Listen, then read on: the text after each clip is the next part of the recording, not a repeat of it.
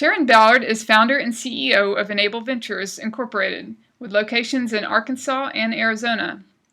She teaches and coaches nationally on the SBIR STTR program and has delivered proposal writing workshops here in Arkansas since 2006.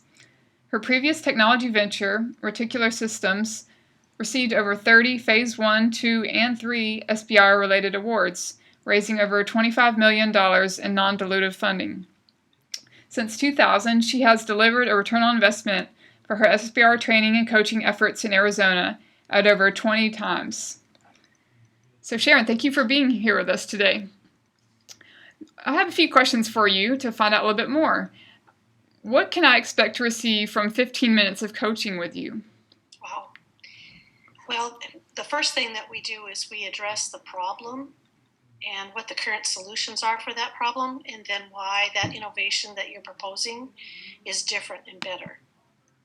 And we try to quantify how it's different and better. If we don't know it, then we want to research that.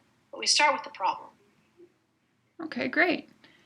And what are 3 to 5 surprising facts about the SBIR program that make these funds so valuable to technology ventures?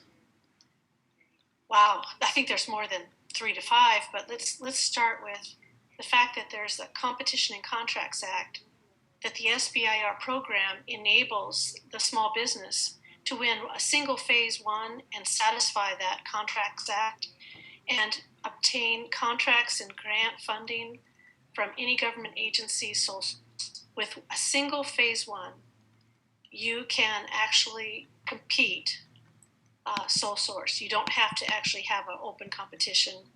They can come to you with your technology that you have funded in at Phase 1. And a lot of people don't realize how powerful that is. And that's how the best companies have leveraged the program. You can take your Phase 1 and your Phase 2 and you can sell it to other agencies. So that's another surprising fact. The agencies do share in common technology areas and often will co-fund follow-on SBIR programs. They may not use SBIR funding, but they can use their internal funding. So that's overlooked. People don't realize that that can happen. And with the new legislation, it might be a surprise to folks that they can receive 2 Phase 2s. They can receive a follow-on Phase 2. So the new legislature allows that. So those are 3 big advantages to the program that most folks find surprising and don't realize. The fourth one might be that each agency implements this program a little bit differently, and it's really important to understand what each agency's goals and objectives are in using the program. And they are very different, even within the NIH, for instance. Each institute or center needs to be evaluated and researched to find out what their priorities are for these programs. So those might be surprising to people who haven't really researched or participated in the program. Okay, great. Another question for you.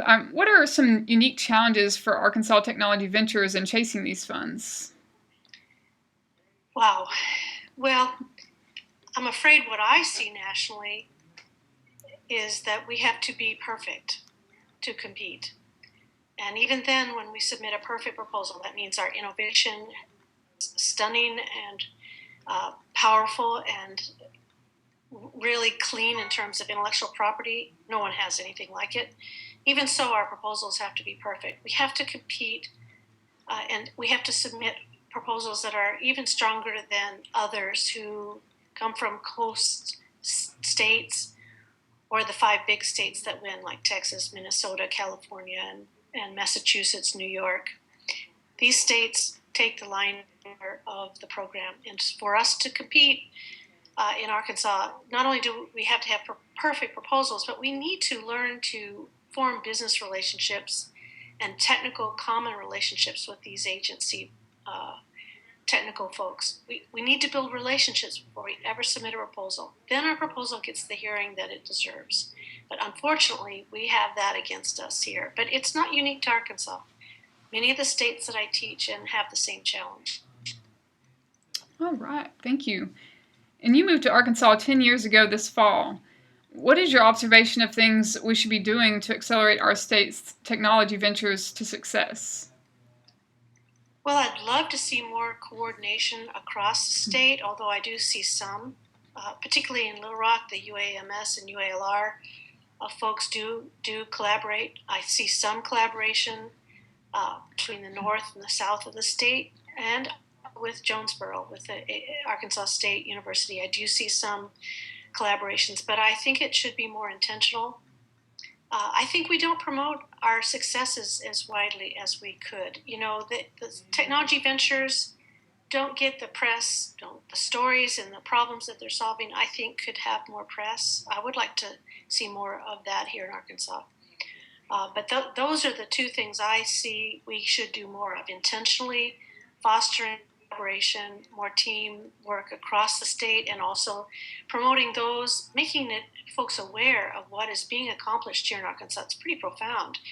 And we do have some scientists and engineers and some small ventures that are challenging the national state of the art and winning funding for their innovations from Arkansas.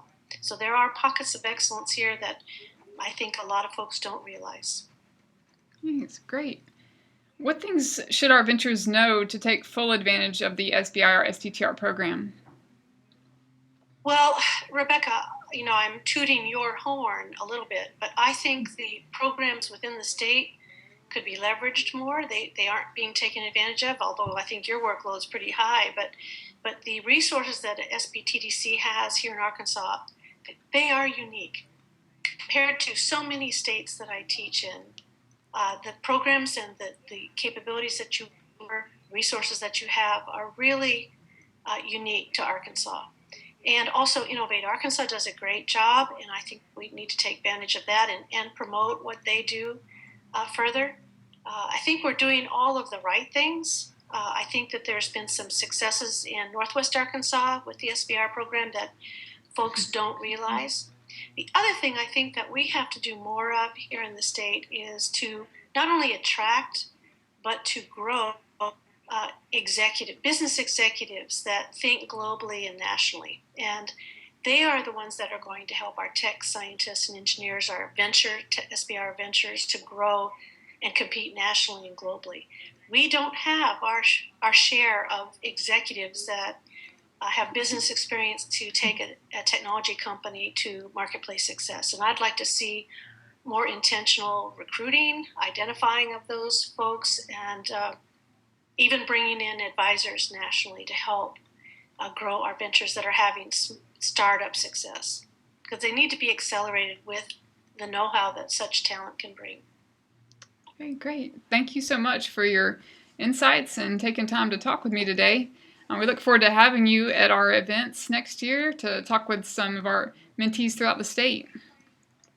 Great. I look forward to meeting the new ones and to helping the ones that are on their way. All right. Thanks again, Sharon. Bye-bye. Bye.